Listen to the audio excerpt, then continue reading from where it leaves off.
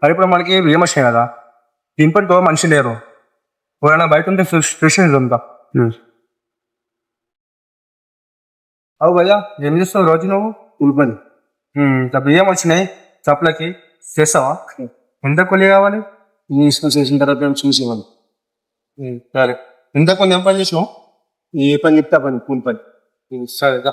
బతుకంటే బడి చదువా అనుకుంటే అతి సులువా, పొరపడినా పడినా జాలి పడదే కాలం మనలాగా, ఒక నిమిషం కూడా ఆగిపోదే నువ్వు వచ్చేదాకా.